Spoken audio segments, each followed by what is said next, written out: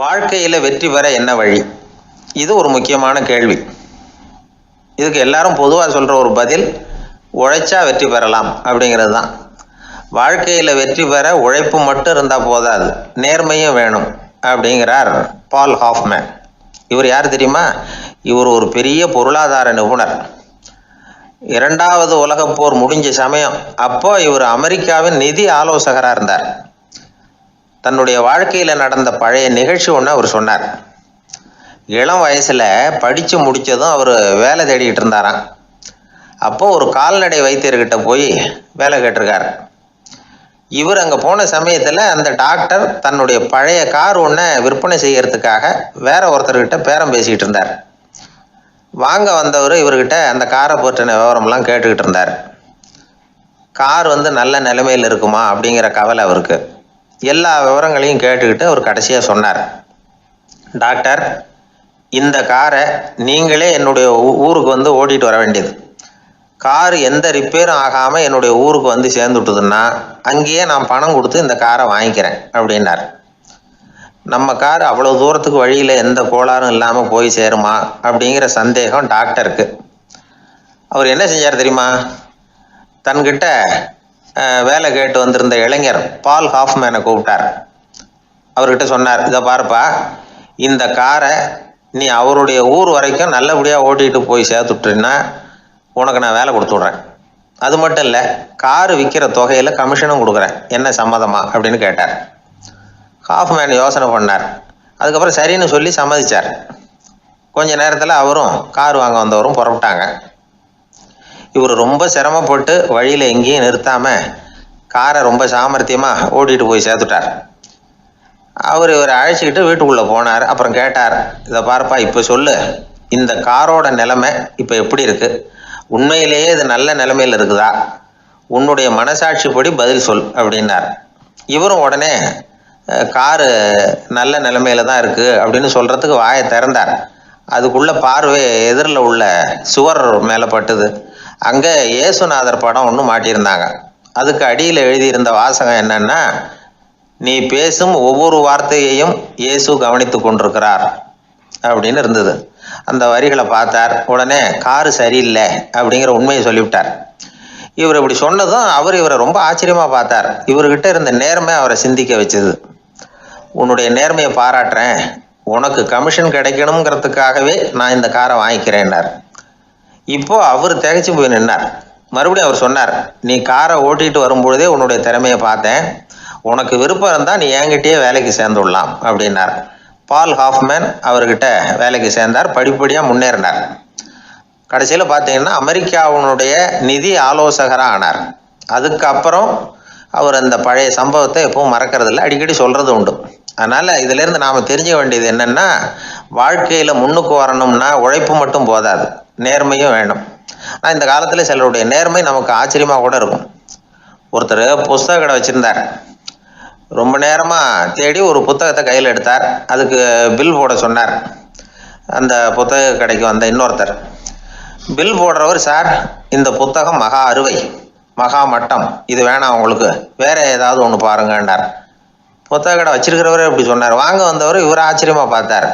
உங்கள் நேர்மையை பாராட்டுறேன், அது சரி, இந்த புத்தகத்தை ஏற்கனவே நீங்கள் படித்து பார்த்துட்டீங்களான்னு கேட்டார். அதை படித்து வேற பார்க்கணுமான்னார். அப்புறம் எப்படி இது மகாமட்டம்னு சொல்கிறீங்க அப்படின்னார். அதை எழுதினவனே நான் தான் சார் அப்படின்னார் அவர். இது ஒரு விதமான நேர்மை, நேர்மையை ஒத்துக்கிறது. எப்படி இருந்தாலும் வாழ்க்கையில் உழைப்பும் நேர்மையும் உயர்வதற்கு வழிகள். உழைப்பை விட நேர்மை முக்கியம் அப்படிங்கிறத புரிந்து கொண்டால் வாழ்க்கையில் வெற்றி நிச்சயம். அன்பாக இருக்கணும்னு அநேக பெரியவங்க சொல்லியிருக்கிறாங்க. நாமளும் அதை கேட்டுவிட்டு அன்பு காட்டுறதுக்கு தயாராக தான் இருக்கிறோம். அதை வாங்கிறதுக்கு தான் ஆளை காணும். இருந்தாலும் அன்பில் எத்தனையோ வகை உண்டு. அதை சரியாக புரிஞ்சுக்கிட்டு அதுக்கப்புறம் அன்பு காட்ட ஆரம்பிக்கணும். வகையை புரிஞ்சிக்காமல் அன்பு காட்டினா வம்புல மாட்டிக்க வேண்டியது தான். அன்புன்னா சாதாரணமாக நினச்சி விடாதீங்க. அதில் எவ்வளோ விதம் தெரியுமா? இரக்கம், கருணை, காருண்யம், பந்துத்துவம், பட்சம், பாசம், நேசம், விசுவாசம், அபிமானம், காதல், பக்தி, இப்படி பல விதமாக அதை பற்றி சொல்லி வச்சிருக்கிறாங்க பெரியவங்க. இந்த வார்த்தைகள்லாம் நாம் கேள்விப்பட்டது தான். இருந்தாலும் அதுகளுக்குள்ள என்ன வித்தியாசம்னு கேட்டால் சரியாக சொல்ல தெரியாது. அதனால் இந்த வார்த்தைகளுக்கெல்லாம் பெரியவங்க என்ன விளக்கம் சொல்கிறாங்கன்னு இப்போ பார்க்கலாம். எளியவர்கள் மேலே செலுத்துகிற அன்பு இருக்கு பாருங்க, அதுக்கு இரக்கம்னு பேரு. அறிவு பலம், சரீர பலம் இது ரெண்டும் இல்லாதவங்க மேல, அதாவது வலிமையற்றவர்கள் மேல செலுத்துற அன்பு இருக்கு பாருங்க, அதுதான் கருணை. எறும்புல இருந்து யானை வரைக்கும் சகல ஜீவராசிகள் மேலேயும் காட்டுற அன்புக்கு காருண்யம்னு பேரு, ஜீவகாருண்யம். சிவி சக்கரவர்த்தி காட்டின அன்பு இந்த ரகம். உறவினர்கள், சொந்தக்காரங்க, அவங்க வசதியா இருந்தாலும் வறுமையில் இருந்தாலும் வித்தியாசம் இல்லாம காட்டுற அன்பு இருக்கு பாருங்க, அதுக்கு பேரு பந்துத்துவம். ஒரு எஜமானன் வேலையாள்கிட்ட காட்டுற அன்பு இருக்கு பாருங்க, அதுக்கு பேரு தான் பட்சம். அவனும் தன்னை மாதிரி மனுஷன்தாங்கிற நினைப்பு வேணும். ஒரு தாய் தன்னுடைய குழந்தை மேல, ஒரு குழந்தை தன்னுடைய தாய் மேல செலுத்துற அன்புக்கு பாசம்னு பேரு. ஈருடல் ஓர் உயிர்னு நினைக்கிறது இது. ராமரும் கௌசலையும் இதுக்கு உதாரணம். தம்மை ஒத்த நண்பர்கள் கிட்ட செலுத்துற அன்புக்கு நேசம்னு பேரு. வயசு, செல்வம், அந்தஸ்து இந்த வித்தியாசமெல்லாம் பார்க்காம அவங்க சுக துக்கத்துல சமபங்கு எடுத்துக்கிறது இது. கிருஷ்ணன் குசேலர்கிட்ட காட்டினது இந்த ரகம். வேலை செய்யறவன் முதலாளி கிட்ட காட்டுற அன்புக்கு விசுவாசம்னு பேரு. தேசத்து மேலேயும் தாய்மொழி பேர்லையும் செலுத்துற அன்புக்கு அபிமானம்னு பேரு. தேசாபிமானம்னு சொல்றமே இதுதான். ஒரு கணவன் மனைவி பேர்ல காட்டுற அன்புக்கு காதல்னு பேரு. கடவுள் பேர்ல செலுத்துற அன்புக்கு பக்தின்னு பேரு. இப்படி அன்புல பல ரகம் இருக்கிறப்போ அதுல உள்ள வித்தியாசம் தெரியாம இடம் மாத்தி அன்பு காட்டினா இடைஞ்சல் தான். சரி, இந்த அன்பை பத்தி விஞ்ஞானம் என்ன சொல்லுது தெரியுமா? இதயத்தை பாதுகாக்கிறதுக்கு முக்கியமா தேவைப்படுற ஒண்ணு இந்த அன்பு தான்னு சொல்லுது. நெதர்லாந்து விஞ்ஞானிகள் இதை ஆராய்ச்சி பண்ணியே கண்டுபிடிச்சிருக்கிறாங்க. கொஞ்சம் முயல் குட்டிகளை 2 பிரிவா பிரிச்சாங்க. 2 குரூப்புக்கும் கொழுப்பு அதிகமா உள்ள ஆகாரத்தையே கொடுத்துட்டு வந்தாங்க. ஆனா ஒரு குரூப்புக்கு வெறுமன ஆகாரத்தை கொடுத்ததோட சரி, இன்னொரு குரூப் முயல்களுக்கு ஆகாரம் கொடுத்ததோட நிறுத்திக்கல. அதுக்கு முன்னாடி கூண்டுகளை திறந்து விட்டு முயல்களை கொஞ்ச நேரம் எடுத்து கொஞ்சி விட்டு அதுக்கப்புறமா ஆகாரம் கொடுத்தாராம் ஆராய்ச்சியாளர். இந்த குரூப்புக்கு இதய பாதிப்பு 60% குறைச்சலா இருந்துதான். சில நோயாளிகளுக்கு ஹார்ட் அட்டாக் வந்தாலும் அதை தாங்கிக்கிட்டு குணமாகிற சக்தி அதிகமா இருக்குது. இது எப்படின்னு ஆராய்ச்சி பண்ணி பார்த்துருக்குறாங்க. அவங்கெல்லாம் மனைவி தன் பேர்ல ரொம்ப அன்பா இருக்கிறதாக நினைக்கிறவங்களா இருக்கிறாங்களாம். இதய நோயாளிகள் பல பேரை சந்திச்சு இதய நோய் ஏற்பட என்ன காரணம்னு கேட்டிருக்கிறாங்க. அவங்க சொன்ன காரணம்லாம் சாப்பாடு சம்பந்தமா இல்லையா, மனைவி அன்பா இல்ல, இப்படிப்பட்ட காரணத்தை தான் சொல்றாங்களாம். அதனால இதயத்தை பாதுகாக்கணும்னு நினைக்கிறவங்க அடுத்தவங்க அன்பா இருக்கிறது மாதிரி பார்த்துக்குங்க, அதுதான் முக்கியம். ஒருத்தர் முகம் பூரா பிளாஸ்டரி போட்டுக்கிட்டு வந்தார். ரொம்ப கோபமா, என்னங்க ஆச்சுன்னு விசாரிச்சேன். எல்லாம் உங்களால தான் சார்னார். விவரமா சொல்லுங்களேன். என்ன உங்க தகவலை கேட்டுட்டு ஒரு பூனைக்குட்டியை கையில எடுத்தேன், அன்பா அதை தடவி கொடுக்கறதுக்காக.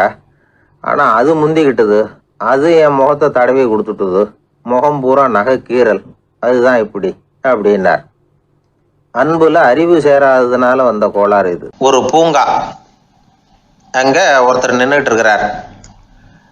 நின்றுகிட்டே ஏதோ ஆழ்ந்த யோசனையில இருக்கிறார். அந்த பக்கமா இன்னொருத்தர் வந்தார். இவரை கவனிச்சார். என்ன யோசனைன்னு கேட்டார்.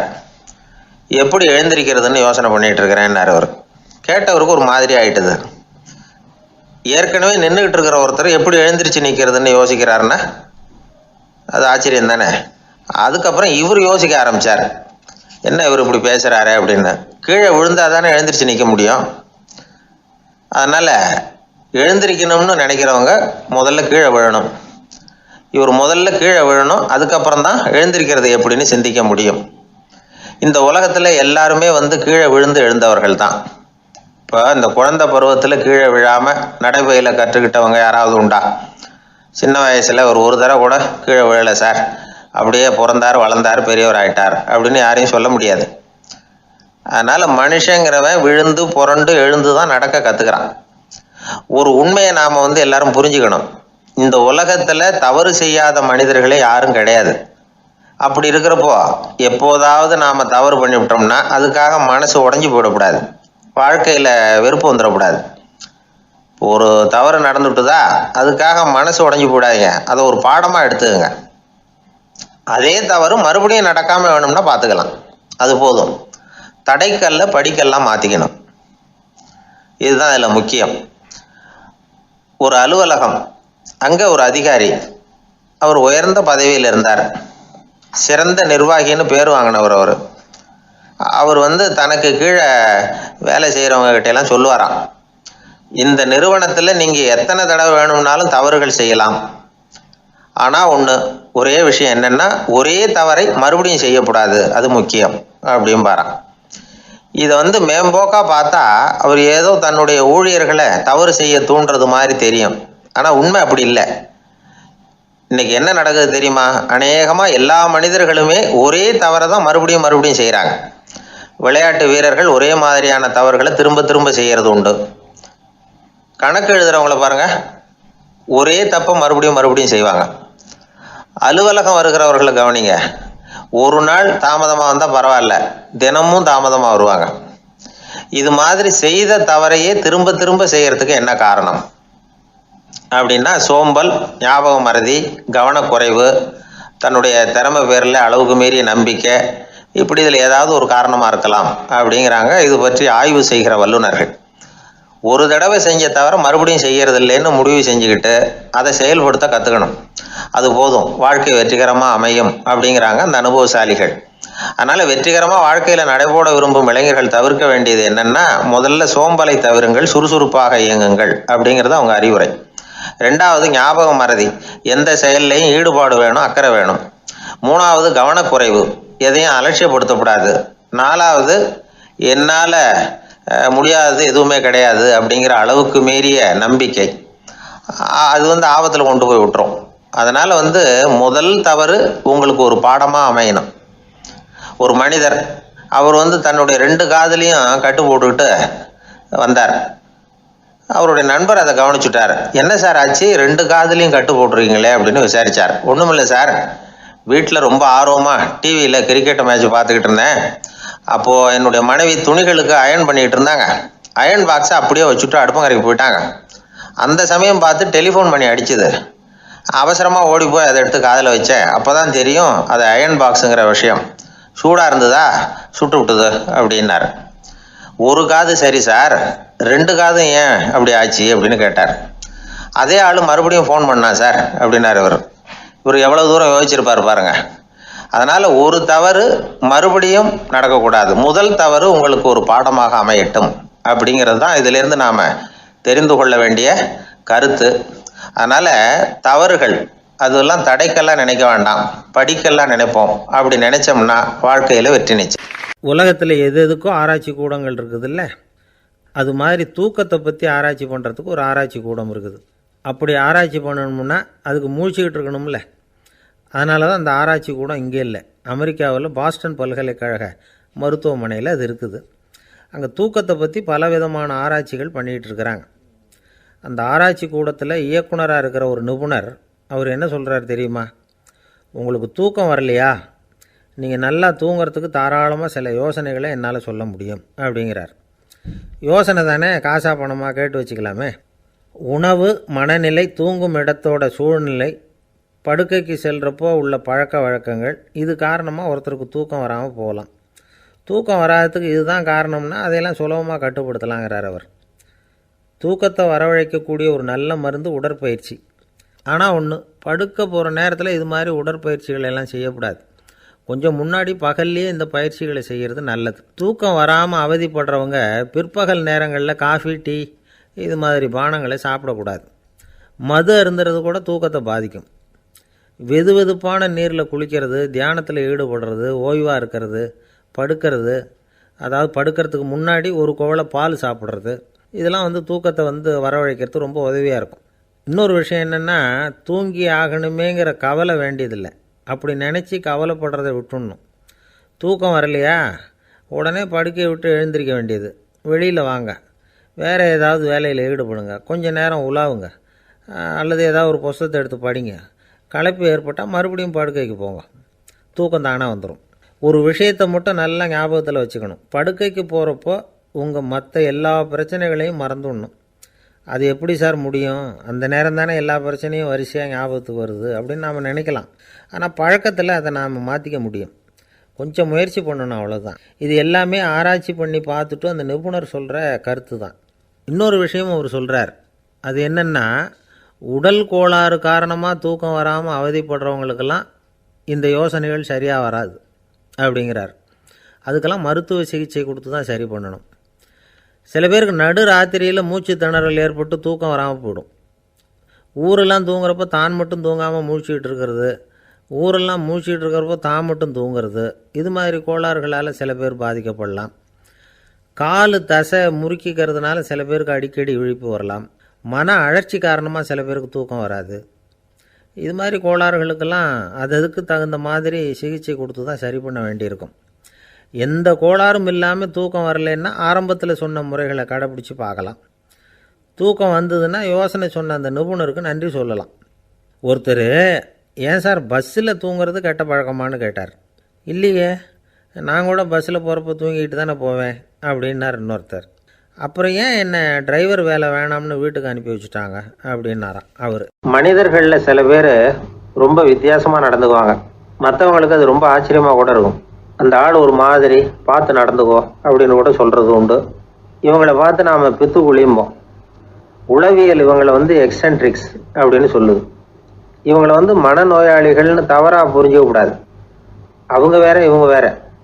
எக்ஸென்ட்ரிக்ஸ் பற்றின சில விவரங்கள் ஒரு புத்தகத்தில் இருக்குது. அதாவது ஸ்காட்லாந்தில் ஒரு உளவியல் மருத்துவர் அதை எழுதியிருக்கிறார். அவர் பேர் டாக்டர் டேவிட் வீக்ஸ். அவருக்கு ஒரு உதவியாளர் இருந்தாராம். அவர் பேர் கேட் வுட். இவங்க 2 பேரும் சேர்ந்து இங்கிலாந்து பூரா சுற்றி பார்த்துருக்காங்க. 3 வருஷம் சுற்றினாங்களாம். நான் சொன்னது மாதிரி ஒரு மாதிரியாக இருக்கிற ஆசாமிகள் பல பேரை சந்தித்து பேசி அவங்கள பற்றி ஆய்வுலாம் நடத்தியிருக்கிறாங்க. அப்படி நடத்தி அதை ஒரு புத்தகமாக எழுதியிருக்கிறாங்க. நிறைய பேசி பார்த்துட்டு அவங்க சொல்லியிருக்கிறத கேட்டால் ரொம்ப ஆச்சரியமாக இருக்குது. நாம் இவங்களை பார்த்து பித்துக்குழிங்கிறோம், எக்ஸென்ட்ரிக்ஸ் அப்படின்னு சொல்கிறோம், கிண்டல் கூட பண்ணுறோம். ஆனால் அவங்களோட அறிவு ரொம்ப தெளிவானதான். இந்த ஆராய்ச்சியாளர்கள் சொல்கிறாங்க. அவங்க உடல் நலமும் ரொம்ப நல்லா இருக்குதான், உடம்புலையும் எந்த கோளாறும் இல்லையா. அவங்களுக்கு மகிழ்ச்சியும் அதிகமாக, ஆயுளும் அதிகமாக. அவங்களில் பல பேர் என்ன சொல்கிறாங்கன்னா, நீங்கள் நினைக்கிறது மாதிரி இல்லை நாங்கள், ஆனால் நாங்கள் மற்றவங்கள்லேருந்து வேறுபட்ட தன்மை உள்ளவங்க அப்படிங்கிறத ஒத்துக்கிறாங்களாம். இந்த உலகம் பிறந்ததுலேருந்தே இப்படிப்பட்ட வித்தியாசமான ஆசாமிகளும் பிறந்திருக்கிறாங்க. சரி, அப்படிப்பட்டவங்க எப்படி இருப்பாங்க? இப்போ ஒரு மகாராஜா தன்னோட நாய்க்கு லட்சக்கணக்கில் பணம் செலவு பண்ணி கல்யாணம் பண்ணி வச்சிருக்கிறார். ஒரு கோடீஸ்வரர் தான் வளர்த்துக்கிட்டு இருந்த பூனைகளுக்கு தன்னோட சொத்து பூராவும் எழுதி வச்சிருக்கிறார். இது மாதிரி ஒருத்தர் 2 பேர் இல்லை, நிறைய பேர் உண்டு. சில பேர் எப்படி தெரியுமா, அவங்களுக்கு வசதியில் எந்த குறையும் இருக்காது. வீடு, காரு, பணம் எல்லாம் தாராளமாக இருக்கும். அப்படி இருந்தாலும் அவங்கக்கிட்ட ஒரு பழக்கம் இருக்கும். யாராவது ஒரு நண்பர் வீட்டு விசேஷத்துக்கு போயிருப்பார், இல்லைன்னா ஒரு கடைக்கு போயிருப்பார். அவங்க ரொம்பவும் மரியாதையாக வரவேற்று எல்லாம் பண்ணிகிட்டு இருப்பாங்க. ஆனால் இவர் அவங்களுக்கு தெரியாமல் ஏதாவது ஒரு பொருளை திருடி பாக்கெட்டில் போட்டுவிட்டு வந்துடுவார். அப்படி வந்தால் தான் இவருக்கு திருப்தி. பல பேர் அவங்க வளர்த்த பிராணிகளுக்கு பளிங்கு கல்லால் சமாதி கட்டி வச்சிருக்கிறாங்க. இப்படிலாம் பண்ணுறாங்க. பல பேர் அவங்களுக்கு பிடித்தமான ஒருத்தர் எப்படியோ அதே மாதிரி தலைமுடி, தாடி வச்சுக்கிறது, உடை உடுத்திக்கிறது, மலை குகையில் போய் குடியிருக்கிறது, இப்படி எவ்வளவோ வினோதமான நடவடிக்கைகள். இவங்களையெல்லாம் ஆய்வு பண்ணின டாக்டர் வீக்ஸ் என்ன சொல்கிறார் தெரியுமா? பொதுவாக இவங்க உயர்ந்த புத்திசாலிகளாக இருக்கிறாங்க. ஒருமைப்பட்ட மனம், கருமையுமே கண்ணான பண்பு, தனிமையை நாடுற மனப்பான்மை எல்லாம் இவங்களுக்கு உண்டு. அவங்களில் பல பேர் அவங்க பெற்றோருக்கு முதல் குழந்தை அல்லது ஒரே குழந்தை, இப்படி தான் இருக்கிறாங்க. இது மாதிரியானவங்க பெண்கள் 1 பங்குன்னா ஆண்கள் 2 பங்கு. இவங்கெல்லாம் ஆக்கப்பூர்வமான செயல் செய்கிறாங்க. அப்படிப்பட்டவங்களாக தான் இருக்கிறாங்க. அடுத்தவங்க கிட்ட அன்பு காட்டுறவங்களா இருக்கிறாங்க, உற்சாகம் ஊட்டுறவங்களா இருக்கிறாங்க. அவங்களுடைய ஆக்கப்பூர்வமான பணிகளுக்கு ஊக்கம் கொடுத்தா அவங்க மன சந்தோஷமும் உடல் நலமும் பெருகும், ஆயுளும் கூடும். இதெல்லாம் அந்த டாக்டருடைய கண்டுபிடிப்பு. பித்துக்குழித்தனத்துக்கும் மனநோய்க்கும் வித்தியாசம் உண்டுங்கிறத சொல்கிறது தான் இந்த தகவல். அதனால் 2ம் ஒன்றுன்னு நினச்சிடக்கூடாது. ஒரு நண்பன் ஒருத்தனை பற்றி சொல்கிறோம். அவன் எந்த வகைன்னு நீங்களே முடிவு பண்ணுங்களேன். அவன் ஒரு கல்யாண வீட்டுக்கு போய் சாப்பிட்டுட்டு வெளியில் வந்தோம். அவங்க கூட வெளியில் வந்த உடனே ரொம்ப நேரமாக தன்னோட செருப்பை தேடிக்கிட்டு இருந்தான். என்னப்பா இன்னுமா உன் செருப்பு கிடைக்கல அப்படின்னு கேட்டோம். இல்லை என்னது முன்னாடியே கிடைச்சுட்டுது, அதை விட நல்லதாக ஏதாவது கிடைக்குமான்னு பார்க்குறேன் அப்படின்னா. ஒருத்தரை பார்த்து உன்னுடைய நண்பர்கள் யார் அப்படின்னு ஒரு கேள்வி கேட்டு பாருங்க. கொஞ்சம் யோசித்து பதில் சொல்லுவாங்க. அவங்கக்கிட்டேயே உன்னுடைய எதிரிகள் யார் அப்படின்னு கேளுங்க, கடகடன்னு ஒப்பிச்சிருவாங்க. நம்ம மனசு இருக்க அது எப்படின்னா, நம்ம நண்பர்களை விட எதிரிகளை அது நல்லா ஞாபகத்தில் வச்சுக்கும். இது ஒரு ஆச்சரியமான உண்மை. உங்களால் நண்பர்களை மறந்துட முடியும், ஆனால் எதிரிகளை மறந்துட முடியாது. இது ஒரு வேடிக்கையான நிலைமை தான். அழகான தருணங்களை நாம் ஏன் மறந்துடுறோம்? இது இயற்கை.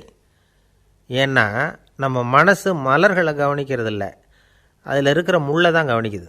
தன்னை காயப்படுத்துகிற எதையும் அது உடனே கண்டுகொள்ளுது. ஒரு தெளிந்த சிந்தனை உடைய மனசு மிக அழகாக உள்ள எல்லாத்தையும் கவனிக்கும்.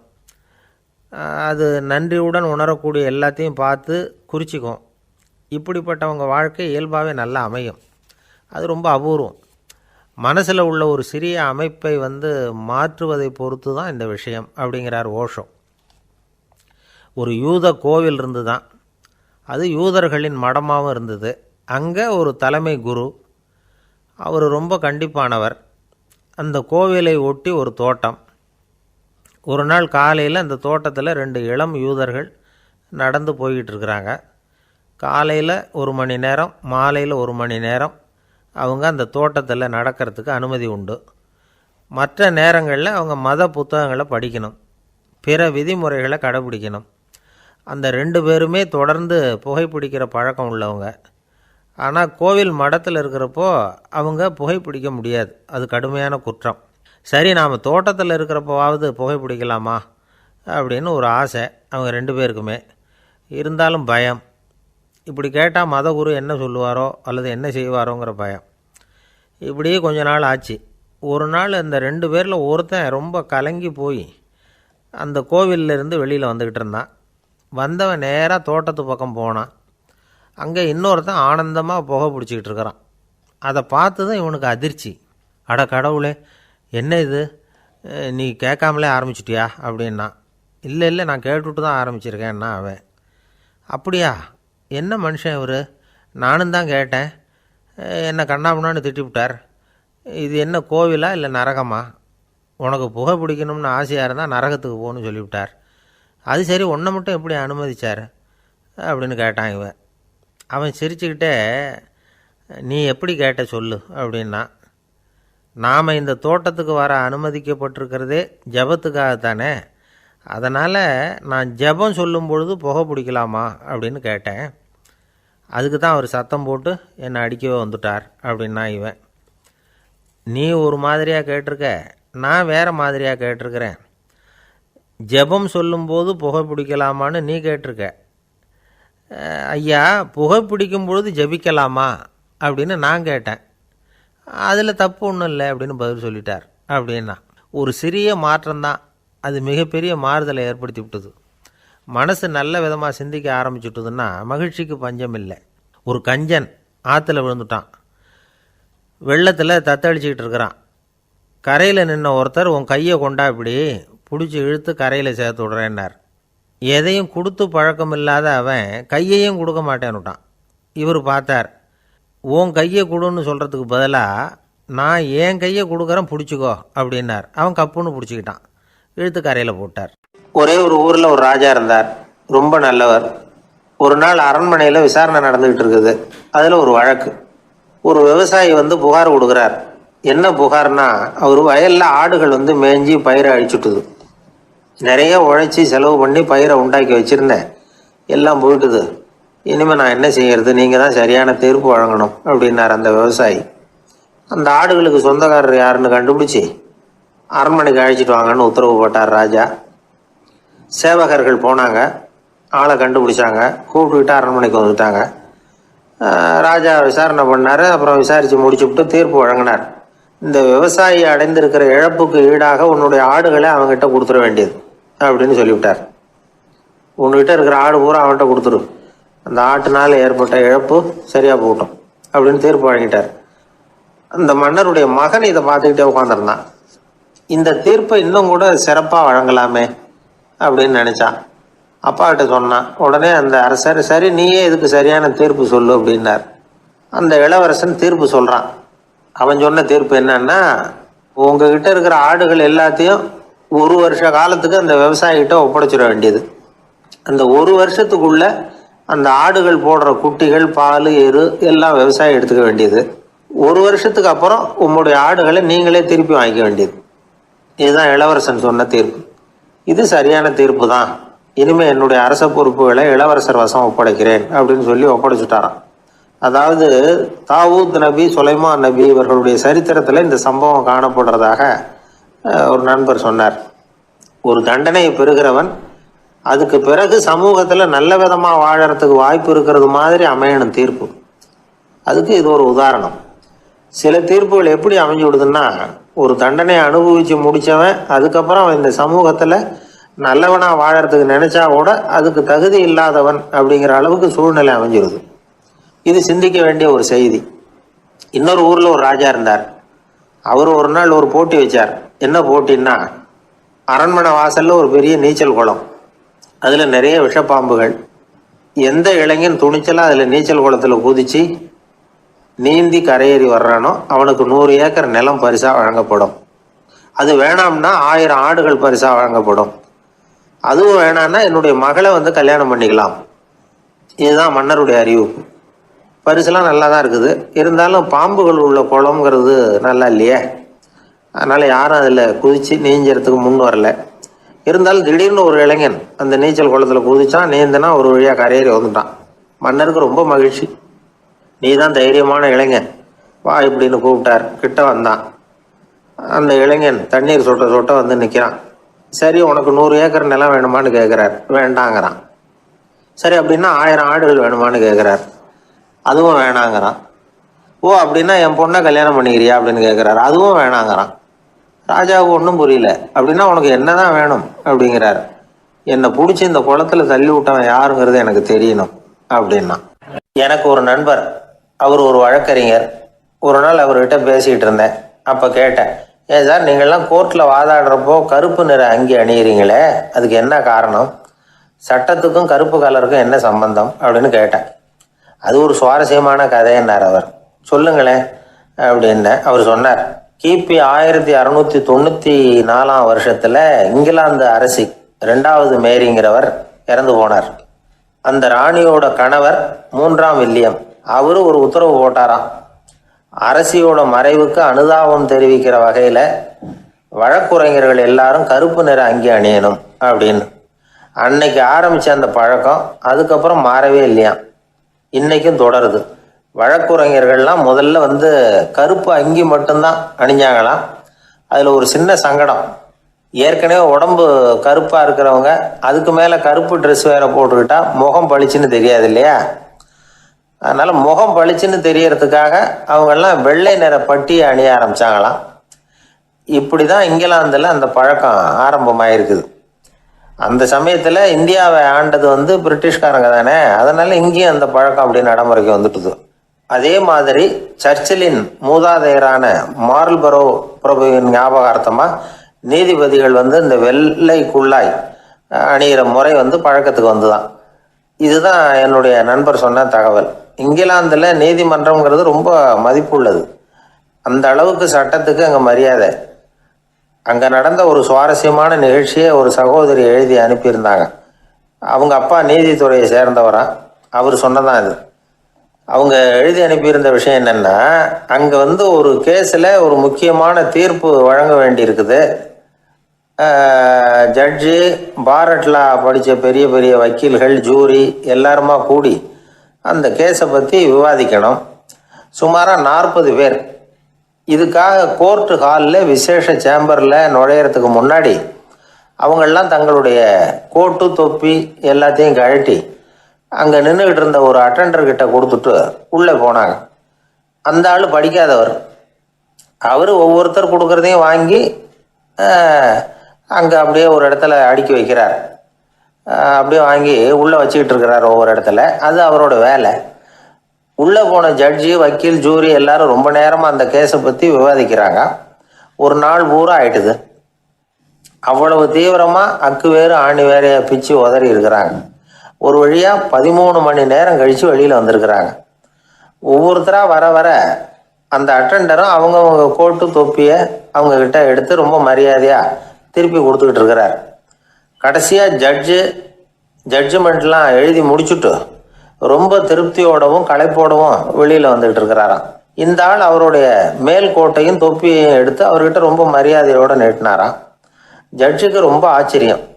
இந்த ஆள் எப்படி இவ்வளவு பேரோட கோட்டு தொப்பி எல்லாத்தையும் ஞாபகம் பேசகாமல் திருப்பி கொடுக்குறார் அப்படிங்கிறது அவருக்கு ஆச்சரியம்.